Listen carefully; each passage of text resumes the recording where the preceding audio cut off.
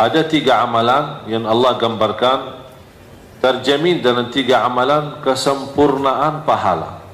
Yang barusan saja di ayat surah Ali Imran, Allah sudah menjanjikan kesempurnaan pahala hanya diberikan di hari kiamat. Di antaranya kesempurnaan pahala adalah diselamatkan dari neraka jahanam. Itu termasuk setinggi-tinggi kesempurnaan pahala. Diselamatkan dari neraka jahanam dan dimasukkan ke dalam surga. Dan itulah termasuk peruntungan yang sangat luar biasa. Kalau Allah sudah menjanjikan di antara kesempurnaan pahala dari selamat dari neraka dan dimasukkan dalam surga, berarti di bawah itu jauh lebih mudah bagi Allah. Kalau Allah sudah menerangkan setinggi-tinggi sempurna pahala selamat dari neraka jahanam, dan saya yakin semua Bapak Ibu harap selamat dari neraka jahanam.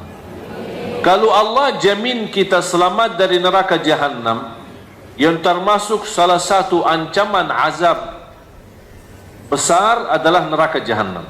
Kalau terjamin selamat dari neraka jahanam, berarti selamat dari segala keburukan yang di bawahnya.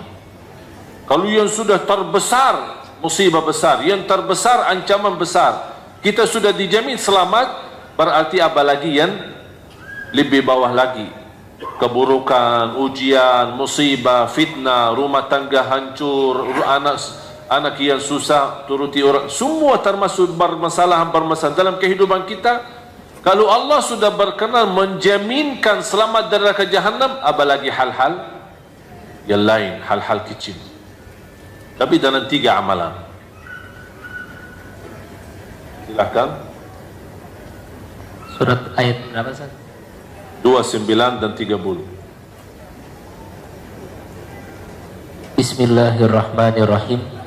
Sesungguhnya orang-orang yang selalu membaca kitab Allah, Al-Quran, dan melaksanakan sholat dan menginfakkan sebagian rizki yang kami anugerahkan kepadanya dengan diam-diam dan terang-terangan, mereka itu mengharapkan perdagangan yang tidak akan rugi. Perdagangan yang tidak akan rugi.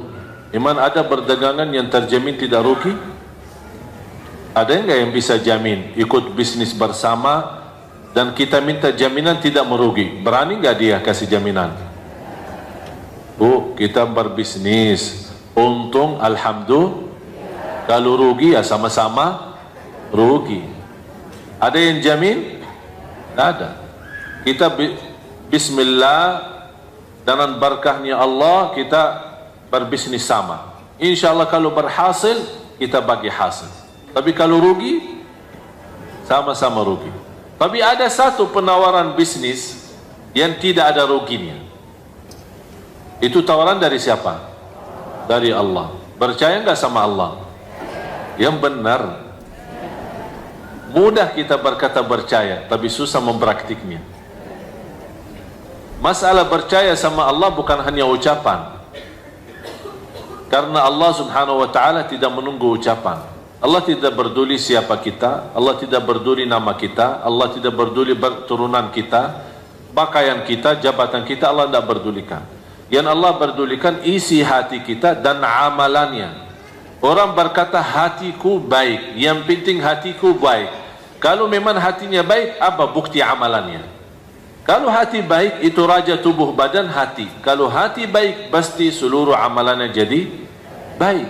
Tapi kalau terlihat amalannya tidak baik, berarti terbukti hatinya belum. Allah menawarkan perdagangan yang tidak ada rugi melalui tiga amalan. Yang pertama, mereka senantiasa membaca. Silahkan Bapak Ibu bertanya diri, berapa hari lewat belum baca Quran? Saya selalu hiburkan kepada jamaah, tolong jangan lewat 1 hari belum baca Al-Quran.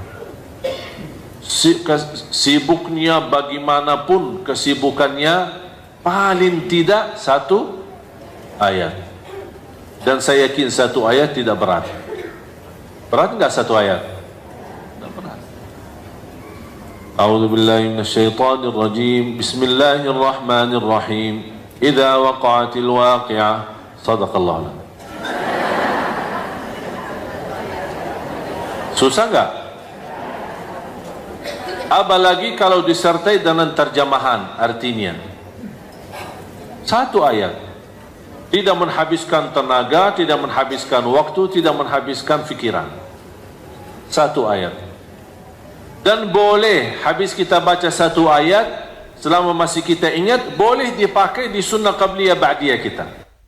Walaupun satu ayat. Rasulullah SAW suka salat sunnah dengan satu ayat. Jadi tidak harus mulai satu surah dan selesai surah itu. Tidak harus itu. Mau salat fardu maupun salat wajib. Tapi daripada qulhu mulu, kita ganti-ganti. Ada ayat yang baru. Apa ayat yang baru? Alhamdulillah saya berhasil hafal 5 ayat Yasin. Udah, sunnah qabliyah rakaat pertama habis Al-Fatihah baca 5 ayat Yasin. Kalau kira-kira ada yang tertinggal dan belum ada yang bisa diingat, misal 3 ayat terus selanjutnya, oh ya Allah kemana habis, lupa ya, langsung dah usah lama-lama, Allahu Akbar, rukuk, dah usah fikir, udah rukuk, lupa, biarin aja. Tapi subhanallah, coba ibu-ibu tolong praktik itu. Demi Allah, datang syaitan ingatkan kita supaya di rakaat kedua bisa lanjut. Mengapa syaitan mengingatkan ayat? Supaya pas di rukuk dan sujud tidak bisa konsentrasi. Fikirannya ayat itu, apa yang saya lupa, apa yang saya lupa. Akhirnya ucapan subhana rabbiyal azim tak beres, subhana rabbiyal a'la tidak beres. Itulah upaya syaitan. Pas ketika berdiri lagi, alhamdulillah masih ingat. Tapi memang syaitan menggoda kita melalui ingat kebaikan. Bisa saja. Syaitan bukan hanya selalu mengajak keburukan, kadang-kadang bisa mengajak kebaikan demi menghilangkan kebaikan yang lebih besar. Contoh, membuat kita sibuk ingat ayat yang kita lupa dalam salat supaya tidak bisa khusyuk dalam sujud. Mana yang lebih utama, khusyuk atau ingat ayat? Jauh lebih utama khusyuk. Jadi syaitan pintar loh. Hati-hati sama syaitan, tingkatan lebih tinggi daripada profesor. Oleh karena itu, ketika kita sudah merasa diri sudah lupa ayat, tak usah difikirkan macam-macam, tak usah berupaya untuk ingat, langsung segera takbir. Nikmati ruku'nya, nikmati sujudnya, tapi subhanallah begitu masuknya rakaat kedua pasti ingat. Baru kita boleh lanjut ayat yang tertinggal. Habis selesai dari hafalan kita walaupun beberapa ayat, kita ruku' lagi, sujud dan seterusnya. Ini justru sangat membantu kita menguatkan hafalan kita. Termasuk para hafiz Quran, termasuk anak-anak, kami selalu membiasakan mereka kalau lagi salat sunnah, biarpun dia masih anak 5 tahun atau 6 tahun, baca ayat dan yang kamu hafal. Jangan membiasakan mereka qulhu saja. Jadi kasihan juga malaikat yang ditulis setiap hari qulhu, qulhu, qulhu. Ini kok tidak rubah-rubah manusia ini. Al-Quran kan 30 juz, walaupun satu ayat, tapi ada tambahan. Tambahan apa? Apa manfaat kita berubah ayat? Ini salah satu juga membantu menurani dosa maksiat kita. Sekarang apa yang saya sampaikan Bapak Ibu, ini sebenarnya menjaga kita dari dosa dan maksiat. Kita sebagai manusia tidak bisa terlepas dari dosa maksiat. Tidak bisa. Jangan ada orang berkata, saya berupaya menjauhkan diri total dari dosa maksiat. Mohon maaf, tidak bakal bisa. Karena kita manusia. Pasti ada dosa dan maksiat. Tapi bukan bersoalan berdosa dan maksiat. Yang menjadi bersoalan ketika sudah terlanjur dosa maksiat, tidak mau bertaubat kepada, tidak mau beristighfar kepada, tidak mau sedih dan menangis karena ini yang menjadi masalah. Seolah-olah ketika habis sudah terlanjur berdosa, kita berkata kepada Allah, ya apalagi biasa aja, mau dosa-dosa. Jadi tidak ada rasa malunya sama Allah. Tapi ketika sudah terlanjur berbuat dosa, dan itu hal wajar karena kita manusia, habis dosa itu kita ingat Allah, muncul sifat rasa malu. Kita merasa diri, Allah, sudah saya berdosa tapi Allah masih berkenan menutupi dosa saya, menutupi kesalahan saya. Coba Bu, kalau setiap kita berdosa, setiap kita ghibah, setiap kita namimah, keluar bau dari kita. Dan semakin bertambah dosa, bertambah bau. Tambah lagi dosa, tambah lagi keras baunya. Gimana? Berani nggak keluar dari rumah? Kenapa? Terlalu bau. Masalahnya, keras baunya itu kita sendiri tak bisa rasain, tapi yang di sekitar kita malah bisa merasakan. Bisa dicium sama orang. Terus apa? Tapi subhanallah, salah satu tanda Allah sayang dan kasih rahmat untuk kita semua, tidak terlihat tanda dosa maksiat itu. Padahal bisa saja orang baru semalam saja habis dosa maksiat, tapi Allah menutupi dosa itu. Ini tanda apa? Kalau Allah berkenan menutupi, Allah memberikan pesan kepada kita, semalam saja aku menutupi dosamu, kapan kamu meminta maaf? Dikasih waktu. Sampai ada satu riwayat, ketika seorang manusia berdosa, Allah bertahankan malaikat yang menulis dosa maksiat. Jangan tulis dulu, sebentar. Kenapa ya Allah? Barangkali dia malu dan taubat. Kalau sudah taubat, berarti yang tertulis kebaikan, bukan dosa. Beda kalau kita berbuat kebaikan, Allah perintahkan malaikat segera tulis kebaikan itu. Subhanallah. Begitu rahmat Allah untuk kita semua. Jadi tolong memperhatikan, rutin membaca Al-Quran. Yang tidak bisa baca, silahkan dengar melalui murattal kita, melalui HP kita, melalui kaset kita. Kan semua sekarang HP-nya ada isinya Al-Quran. Silakan sambil bawa mobil kemana-mana, dengar. Ada handsfree, kita naik bis, kita naik motor, kita jalan kaki. Walaupun ada orang yang sambil jalan belum tentu bisa merasa nikmatnya khusyuk atau bisa khusyuk maksimal mendengar Al-Quran, tidak apa-apa. Setidak-tidaknya kita simak, ada yang kita dengar kebaikan, apalagi mendengar kalamullah, terhitung setiap satu huruf 10 kebaikan. Apalagi coba, kalau kita dari pagi seterus sepanjang jalan kita simak Al-Quran, dengar Al-Quran, kira-kira mau berdosa sambil dengar Al-Quran? Tak mungkin. Apakah kita berani bermacam kata yang kotor sambil mendengar Al-Quran? Ini salah satu menjaga kita dari maksiat dan dosa. Baca Al-Quran. Terus yang kedua, agar Allah menyempurnakan pahalanya kepada mereka. tidak diulang lagi. Sesungguhnya orang-orang yang selalu membaca kitab Allah, Al-Quran, dan melaksanakan salat dan menginfak. Bapak Ibu, satu-satunya amalan yang tidak bisa ditinggal salat. Ada orang Muslim tidak haji?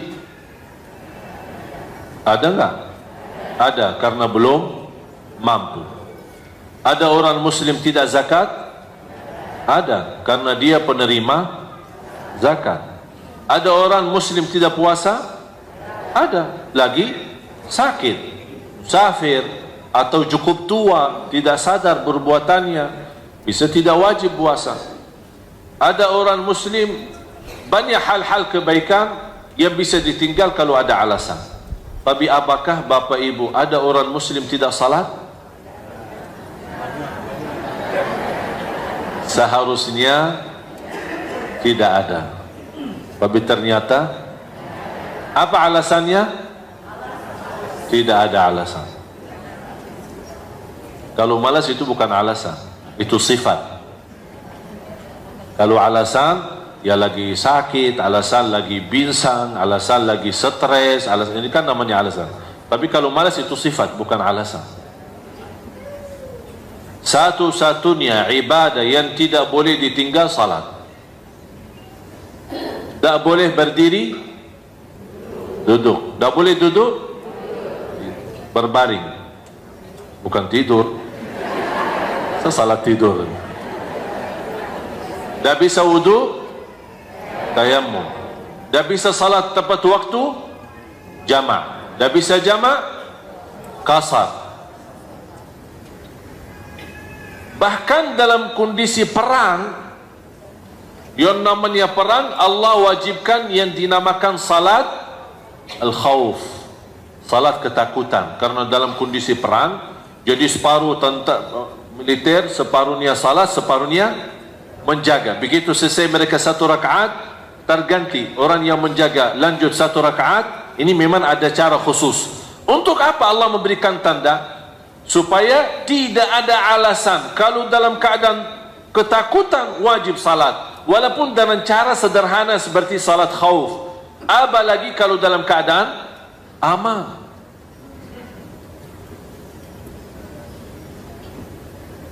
Jamaah sekalian, beberapa waktu lalu kita beringatan Isra Mi'raj.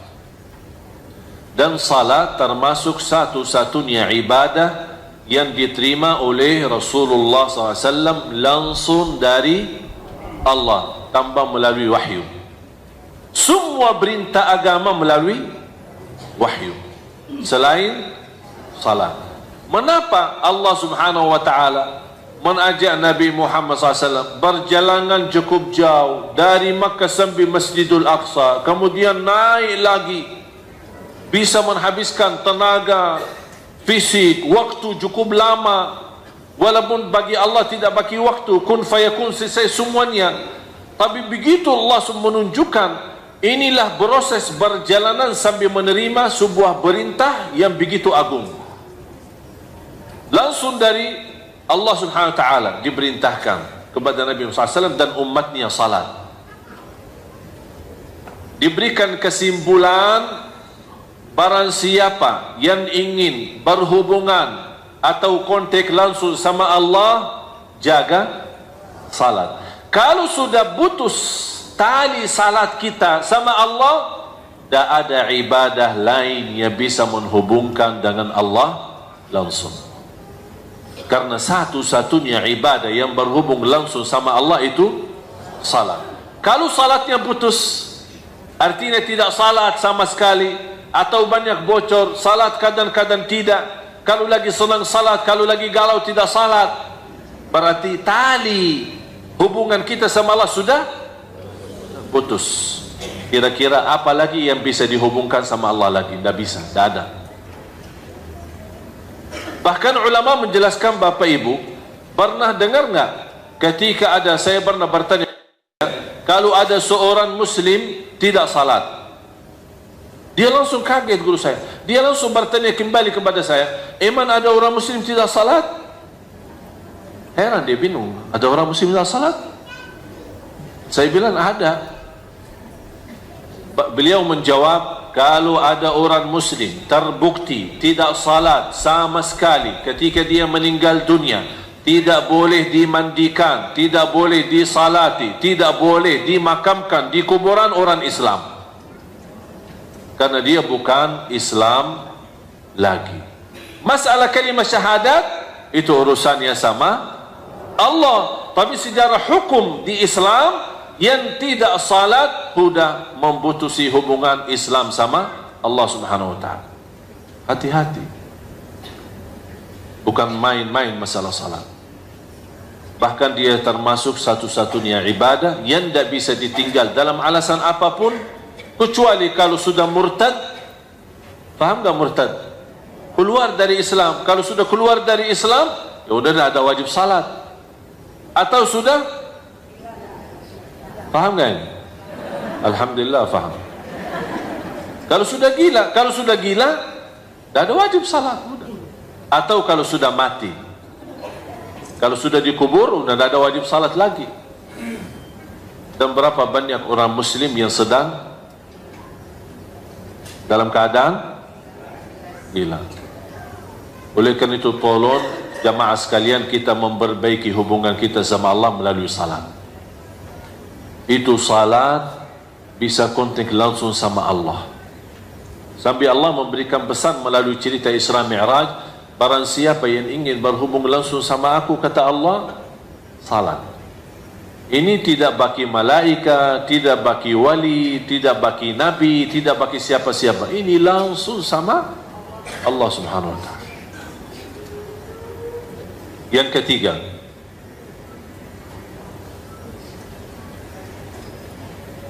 dan menginfakkan sebagian rezeki yang kami anugerahkan kepadanya dengan diam-diam dan terang-terangan.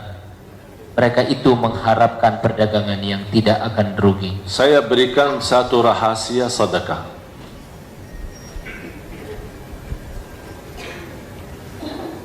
Sedekah, saya pernah bahas sedekah subuh. Masih ingat?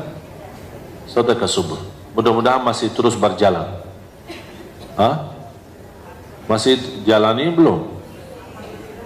Ya, tolong dijaga sedekah subuh. Mengapa sedekah subuh? Saya sudah jelaskan, karena ada doa malaikat mendoakan setiap subuh, ya Allah berkahi dan ganti yang lebih besar. Yang kedua, doa Nabi Muhammad mendoakan ibadah kita di subuh hari, di antaranya sedekah. Jadi mohon Bapak Ibu, semua masing-masing punya kotak amal, boleh dinamakan tabungan subuh. Biasakan anak-anak kita semua, biarpun dia anak bayi, kita buatkan satu tabungan khusus atas nama dia dan ibunya yang isiin. Sungguh dahsyat sedekah subuh itu. Apapun masalah kita, hutang, masalah hajat, jodoh, rumah tangga, urusan anak, turunan, sedekah subuh itu luar biasa, bukan main. Dan selama saya sampaikan sedekah subuh kepada jamaah yang punya hajat, sungguh subhanallah, hampir 90% dari mereka hubungi saya lagi, alhamdulillah masalahnya sudah selesai. Dalam berkahnya sedekah subuh. Yang kedua, sedekah habis maksiat. Ini melatih kita ini. Tabungannya bakal banyak, sering maksiat. Caci maki orang, isi sedekahnya. Ngomong kotor, isi sedekahnya. Ngomong kesal atau berkata sama anaknya bodoh, langsung isi sedekahnya. Subhanallah, bakal tahu diri nanti, oh ternyata banyak masalah saya. Apalagi masalah mulut ini, kita caci. Subhanallah, sedekah selepas subuh itu, pertama ada dua hikmah sebenarnya. Yang pertama, mengharapkan ampunan dosa, karena ada salah satu hadis, menjaga sedekah terjamin ampunan dosa, bahkan terjamin husnul khatimah, terjamin jauh dari kematian mendadak, terjamin jauh daripada kematian buruk. Tahu nggak kematian mendadak, Bu? Bisa. Ini sekarang masa ini adalah banyak yang mati mendadak. Pas lagi bawa mobil, mati. Pas mau kemana, mati. Pas lagi duduk, mati. Pas lagi, syukur-syukur kalau dia mati mendadak, tapi dalam keadaan membaca Quran, atau membaca salat, atau apa. Jadi tolong, ketika ibu merasa diri berbuat salah, merasa diri berbuat dosa, langsung isi tabungan. Boleh dinamakan tabungan sedekah dosa. Dosaku ini, tabungan dosaku. Diganti dengan uang. Setiap dosa diganti dengan uang. Untuk apa? Terjamin ampunan dosa. Yang kedua, mendidik diri. Ini pelatihan untuk hawa nafsu. Nafsu ini. Kalau mau dosa lagi, kena denda loh. Apa dendanya? Sedekah. Setiap mau, lama-lama jiwanya, karena jiwa itu suka harta. Ketika dia melihat setiap kita berdosa, harta itu malah dikeluarin sedekah lillahi ta'ala, lama-lama dia mulai berhenti. Ini salah satu cara yang kami dapat belajar sejak kecil. Dan subhanallah sangat berhasil untuk menjauh kita dari maksiat dan dosa. Dan alasan yang ketiga, melalui sedekah yang kita berikan kepada Allah di saat dosa maksiat itu, kita mengharap dan memohon melalui sedekah, itu namanya tawassul bil amali salih. Tawassul dengan amal salih. Di antaranya sedekah. Ya Allah, dalam sedekah ini mudah-mudahan dosa ini saya mohon ya Allah jangan terulang lagi. Ya Allah, mudah-mudahan saya supaya tidak terjumus lagi dalam dosa itu. Kalau terulang lagi, isi lagi sedekah dan memohon lagi sama Allah Subhanahu wa taala supaya melalui berkah sedekah ini, ya Allah jauhkanlah saya tidak mau lagi berbuat dosa ini. Pasti ada satu-satunya sedekah yang kita keluarkan, pasti ada satu kali yang ikhlas, yang tulus dari hati, dan ucapan juga yang tulus dari hati. Allah kabulkan langsung, selesai masalah dosa dan maksiat itu. Ini subhanallah, jujur saja saya sendiri ada beberapa hal yang belum mampu saya tinggalkan, tapi dengan cara ini alhamdulillah Allah SWT memberikan kemudahan, bisa saya selesai keburukan dan kesalahan saya. Mudah-mudahan saya harap juga ampun dari Allah SWT. Coba bayangkan kalau kita bisa betul jaga sedekah selepas dosa maksiat itu, subhanallah luar biasa dahsyat. Saya ada satu cerita bagaimana sedekah juga menjaminkan husnul khatimah. Ada seorang, termasuk seorang pendakwah, seorang ulama berdakwah di kota Madinah, cukup terkenal. Beliau pernah menyampaikan sebuah cerita, peristiwa, satu cerita peristiwa bersama dia sendiri. Kata beliau, saya pernah bermimpi. Dalam mimpi itu saya melihat nomor HP seorang dengan nama, HP dan nama. Dan ada sebuah suara panggilan di dalam mimpi itu, hubungi orang itu dan ajak dia umrah. Dia kaget. Malam pertama sadar bangun, ya biasa-biasa aja, tidak ada respon. Malam yang kedua sama, terulang lagi. Malam yang ketiga terulang lagi, sampai 3 kali. Nama jelas, nomor HP jelas, hubungi dia dan ajak dia umrah. Kata ulama itu berdakwah, akhirnya di hari yang keempat saya telefon. Sebelum saya telefon, di fikiran saya barangkali ini seorang saleh, seorang apalah punya kelebihan, tapi dalam kondisi susah atau miskin, belum mampu umrah. Jadi Allah SWT punya berbagai macam cara, kun fayakun, Allah berikan, mengajak orang lain bisa menjadi rizki buat kita. Itu fikirannya. Telepon, assalamualaikum fulan, ya fulan. Betul, sesuai nama yang ada di dalam mimpi. Tolong alamatnya di mana, saya ingin bertemu. Boleh, kasih alamat, ingin ketemu. Begitu dia tok pintu, dibuka pintu sama orang biasa-biasa aja. Tidak ada istilahnya kalau di Arab, dia apa, jenggotnya besar atau apa, bakannya putih. Nah, biasa aja. Orang-orang istilahnya kalau kita bisa bilang orang awam lah. Bukan orang ulama, bukan orang kiai, bukan orang terlihat ada tanda-tanda kesalehannya. Dia kaget. Maaf, ini Bapak Fulan? Ya, betul. Ini nomornya HP-nya ini? Ya, betul. Ada apa? Dia bingung mau menyampaikan bagaimana ini. Orangnya nampaknya biasa-biasa aja. Habis itu karena ini sudah mimpi dan itu ada pesan, dia sampaikan. Jujur saja saya melihat mimpi 3 kali. Diperintahkan, diajak kamu umrah. Dan bukti ini nomor HP dan ini nama. Kata beliau sebentar. Masuk ke dalam, balik lagi. Boleh ajak saya umrah, tapi ada satu syarat. Dia tinggal di Madinah. Satu syarat. Hari ini berangkat dan pulang hari ini. Itu syaratnya. Dia kaget. Nampaknya orang biasa aja, kayaknya tidak mau lama. Kalau orang saleh biasanya suka lama. Suka lama di tanah suci, mau apa itu? Keburu pulang. Kalau ada umrah bisa 1 tahun umrah, ya enak daripada 9 hari travel. Mau nggak 1 tahun umrah? Tapi biaya sama dengan 9 hari. Nah, mau bayar 1 tahun. Tapi subhanallah, banyak jamaah kita yang mendapatkan kemudahan bisa ke tanah suci, tapi terlihat mereka banyak di pasar daripada di masjid, sibuk belanja, karena dia tidak merasa nikmat dapat kemudahan ke tanah suci.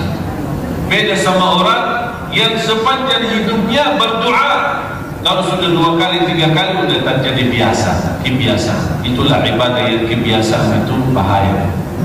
Beda sama ibadah, ada rasa merindukan Ka'bah, merindukan makam Rasulullah SAW, merindukan Masjid Nabawi, merindukan, beda rasanya.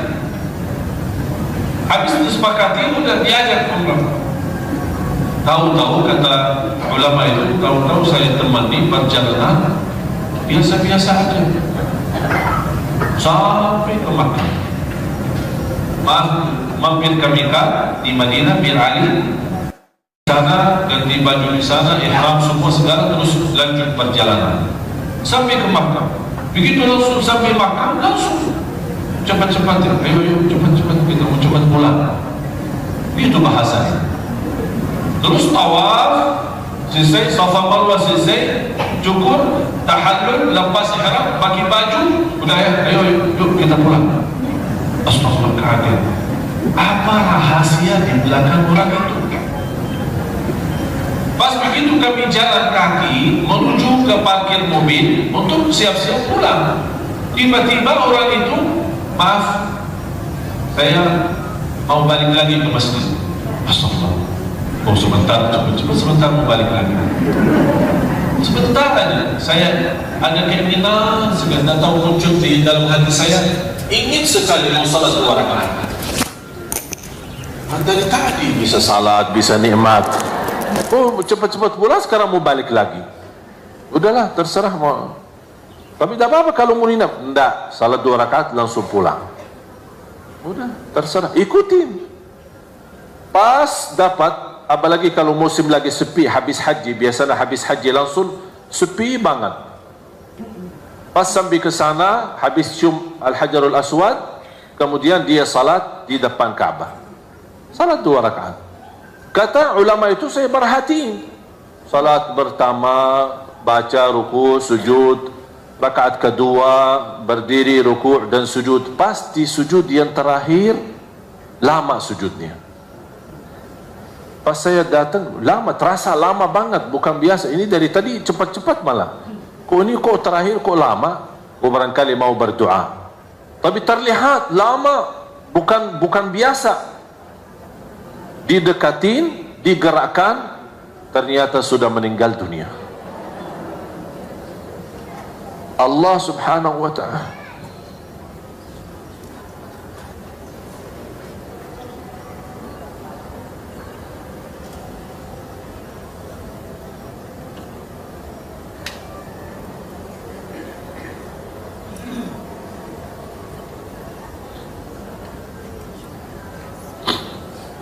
Allah Subhanahu wa ta'ala mengantarkan orang melalui mimpi untuk menjemput ke husnul khatimah. Itulah cara Allah Subhanahu wa ta'ala yang kita tidak bisa tahu. Tidak bisa tahu. Allah maha baik, bahkan terlalu baik sama manusia. Inilah diantaranya seorang susah payah, tidak punya kemampuan bisa berumrah, Allah hantarkan melalui mimpi bisa diajak umrah, bahkan dihantarkan ke Makkah, ke tanah suci supaya dapat husnul khatimah di sana. Inilah cara Allah. Kalau Allah berikan izin husnul khatimah, tidak ada yang bisa membindahkan husnul khatimah itu. Orang biasa, orang awam, bukan seorang apa kelebihannya. Habis meninggal dunia, dia kembali langsung ke Madinah bertemu keluarganya. Apa cerita di belakang ini orang? Apa cerita? Apa rahasia? Ternyata Bapak Ibu ada satu, ini yang Allah gambarkan. Mereka selalu berinfak secara diam-diam maupun sembunyi. Kata istrinya, setiap kami masak makanan, beliau selalu tegaskan ke saya tidak mau makan dan haram makan itu bagi saya. Sebelum tetangga saya, seorang ibu tua tidak punya siapa-siapa yang layanin, sebelum si ibu tua ini makan dulu. Habis dia makan, baru saya makan sisanya. Itulah kelebihannya hanya satu. Bu dan jamaah sekalian, Kita tidak tahu mana saja amal salih yang menjaminkan husnul khatimah. Bisa amal salih sederhana, tak dinilai, tak dihitung, tapi ternyata melalui amal itu terjamin masuk surga, terjamin husnul khatimah, bahkan bisa di tanah suci. Walaupun kita orang di Indonesia, Allah punya berbagai macam cara. Ini semua dunia dan segala isinya Allah yang atur. Kita tidak bisa apa-apa. Oleh kerana itu jamaah sekalian, ketika kemarin saya di Hong Kong, saya terharu sekali kepada seorang wanita pembantu. Baru saja saya dapat dengar berita dia kembali ke tanah air nikah, kemudian kembali lagi ke Hong Kong bekerja.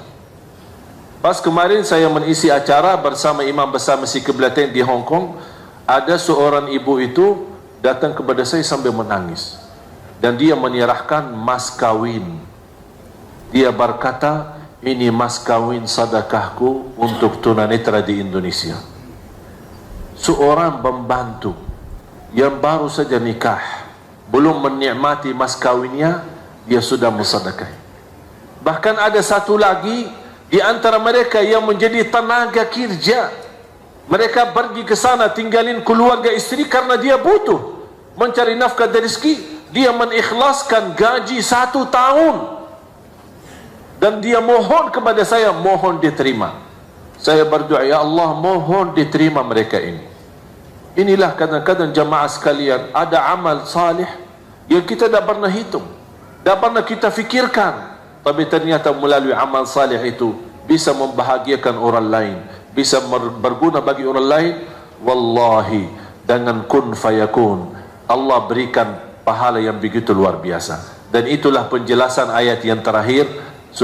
Sebelum saya tutup doa, tolong bacain arti ayat terakhir.